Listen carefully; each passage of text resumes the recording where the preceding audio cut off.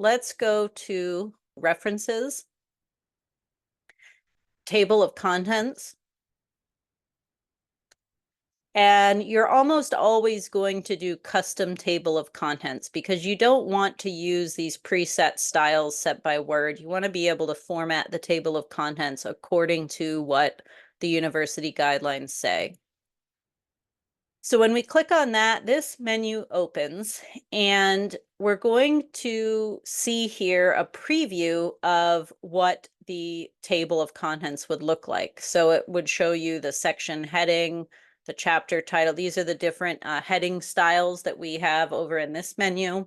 Yes, we want it to show page numbers. We want them to be right aligned. We want this tab leader, which is the dots that show up between the heading and the page number. All of that is pretty standard. But again, go with whatever the dissertation guidelines tell you. Let's go into the options tab.